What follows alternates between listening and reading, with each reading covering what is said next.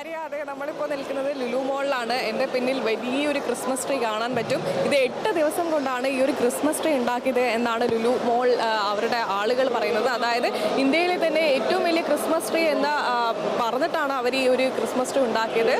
കൊക്കക്കോളയുമായി coordinate ചെയ്തുകൊണ്ട് തന്നെ 8 ദിവസം കൊണ്ട് 150ഓളം പണിക്കാർ ചേർന്നാണ് ഈ ഒരു ക്രിസ്മസ് ട്രീ ഉണ്ടാക്കിയത്. ഇവിടെ ഇപ്പോൾ ഒരുപാട് ആളുകൾ, അല്ലെങ്കിൽ തന്നെ ലുലു മോളിൽ ആളുകൾ ഉണ്ടാവും, പക്ഷേ ക്രിസ്മസോടനുബന്ധിച്ച് ഈ സാധനങ്ങൾ വാങ്ങാനൊക്കെ ആളുകൾ കൂടുതലാണ്. നമുക്ക് കാണാൻ പറ്റും ഒരു ക്രിസ്മസ് പാപ്പാൻ ഇവിടെയുണ്ട്. പക്ഷേ ക്രിസ്മസ് പാപ്പാൻ വളരെയധികം തിരക്കിലാണ്. ആളുകളെല്ലാം തന്നെ selfie എടുത്തുകൊണ്ടിരിക്കുകയാണ്.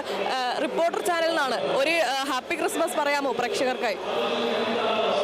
Using this opportunity, I'm telling Happy Christmas and Merry Christmas to everyone. Malayali അല്ലാന്ന് തോന്നുന്നില്ല. മലയാളി അല്ല അല്ലേ? I don't know Malayalam. You don't know Malayalam? No.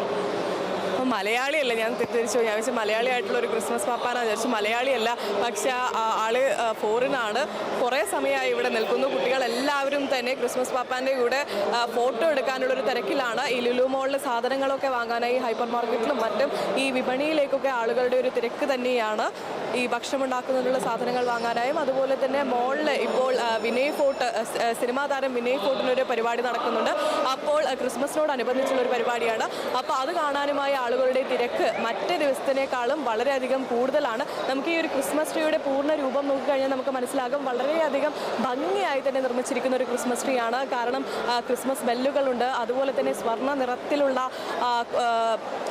ഒരു ബാരിക്കേഡ് പോലത്തെ സംഭവങ്ങളൊക്കെ നമുക്ക് കാണാൻ പറ്റും. അതുപോലെ തന്നെ ഏറ്റവും ഉയരം കൂടിയൊരു സംഭവം തന്നെയാണ് ഈ ഒരു ക്രിസ്മസ് ട്രീ നമുക്ക് കാണാൻ സാധിക്കുന്നത്. വളരെ മനോഹരമായി തന്നെയാണ് ഈ ലുലു മോളിൻ്റെ ഒരു ക്രിസ്മസ് ട്രീ അലങ്കരിച്ചിരിക്കുന്നത്. വെള്ളയും മഞ്ഞയും നിറത്തിലുള്ള ബെല്ലുകളും അതുപോലെ തന്നെ ചുവപ്പും മഞ്ഞയുമായുള്ള നിറങ്ങൾ കൊണ്ടാണ് പ്രധാനമായും ഈ ഒരു ക്രിസ്മസ് ട്രീ അലങ്കരിച്ചത്. മുകളിലായി തന്നെ ഒരു കുഞ്ഞു സ്റ്റാറും നമുക്ക് കാണാൻ സാധിക്കും. മറ്റ് ദിവസത്തെ അപേക്ഷിച്ച് ലുലു മോളിൽ എപ്പോഴും തിരക്ക് തന്നെയാണ്, പക്ഷേ ക്രിസ്മസിനോടനുബന്ധിച്ച് ആളുകൾ ഇപ്പോൾ വളരെയധികം കൂടുതലാണ് എന്ന് തന്നെ നമുക്ക് പറയാൻ സാധിക്കും. ആര്യ,